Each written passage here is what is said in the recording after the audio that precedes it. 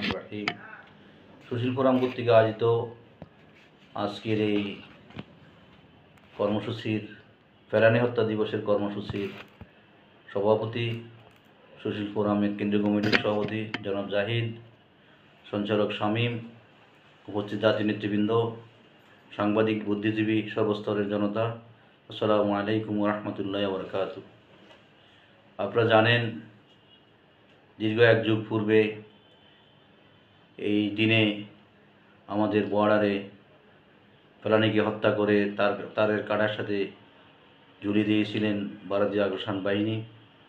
তারা আমাদেরকে, বাংলাদেশকে তাদের একটা অঙ্গরাজ্যের মতো তারা ভেবে আমাদেরকে সর্বক্ষেত্রে দুর্বল করার জন্য ফায়দারা করেছিল। সেদিন ফেলানী শুধু ঝুলে নাই, মনে হচ্ছে যে বাংলাদেশকে তারের কাঁটার সাথে ঝুলিয়েছিলেন। সে প্রতিবাদে আজকের আমাদের এই প্রোগ্রাম। আর আপনারা জানেন, আমাদের সুশীল ফোরাম কর্তৃক আয়োজিত দীর্ঘদিন থেকে আমরা বাংলাদেশের বিভিন্ন সমস্যা নিয়ে কথা বলি। আমাদের সর্ববিষয়ে আমরা বাংলাদেশকে একটা আন্তর্জাতিক বিশ্বে মানচিত্রে আমাদের দেশকে উচ্চ মর্যাদা দেওয়ার জন্য আমাদের এই আয়োজন, আমাদের এই প্রোগ্রাম। আমরা দেশ ও জাতিকে নিয়ে আমরা সবাই ঐক্যবদ্ধভাবে কাজ করলে আমাদের দেশ একদিন আন্তর্জাতিক বিশ্বে মাথা উঁচু করে দাঁড়াবে ইনশাআল্লাহ। আজকে বাংলাদেশের যে অবস্থা রয়েছে, বিশেষ করে 5ই আগস্টের পর থেকে বাংলাদেশ ঘুরে দাঁড়িয়েছে এবং এই দেশ সকল স্তরের মানুষ আজকে ভারতীয় আগ্রাসন থেকে মুক্তি পেয়েছে।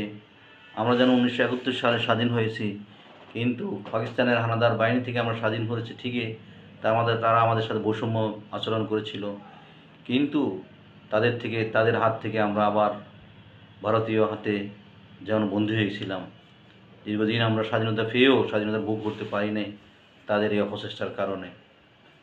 সেইভাবে আজকে মানুষ জেগে উঠেছে। বিশেষ করে গত দীর্ঘ সময়ে এক যুগের থেকে বেশি এই ফ্যাসিস্ট সরকার বাংলাদেশকে তাদের একটি পুতুল সরকারে পরিণত করে সে রাজত্ব করেছিলেন। আমাদের দেশে গুম, খুন, হত্যাসহ অসংখ্য অঘটন ঘটিয়েছে।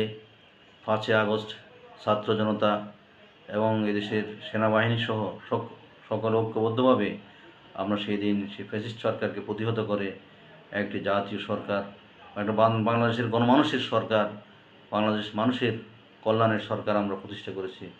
এখন আমাদের অনেক কাজ রয়েছে। আমরা এই ফেলানী দিবসকে আমাদের পুঁজি করে আমাদের দেশকে একটি মুক্ত বাংলাদেশ হিসাবে আমরা গড়তে চাই। এদেশের 18 কোটি মানুষের 36 কোটি হাত দিয়ে যদি আমরা কাজ করি, তখনই সম্ভব এদেশ একটি স্বনির্ভর দেশ ঘটবে।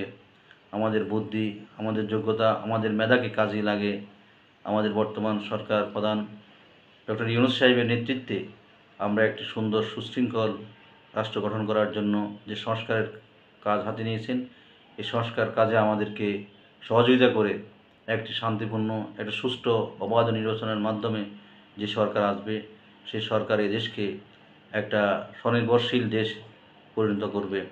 সেজন্য শুধু সরকার নয়, আমরা যারা জনগণ রয়েছি, সাংবাদিক, বুদ্ধিজীবী, লেখক, সর্বস্তরের মানুষ আমরা ঐক্যবদ্ধভাবে আমাদের দেশকে এগিয়ে নিয়ে যাব ইনশাআল্লাহ। ধর্ম যার যার, দেশ কিন্তু সবার। আমরা স্বাধীনভাবে আমরা আমাদের ধর্মকর্ম পালন করব, কারো প্রতি কোনো বৈষম্য আচরণ করব না, আমরা মিলেমিশে কাজ করব, এই আশা প্রত্যাশা রেখে আমি আমার সংক্ষিপ্ত আলোচনা এখানে শেষ করছি। আল্লাহ হাফিজ। দেখা হয়েছে।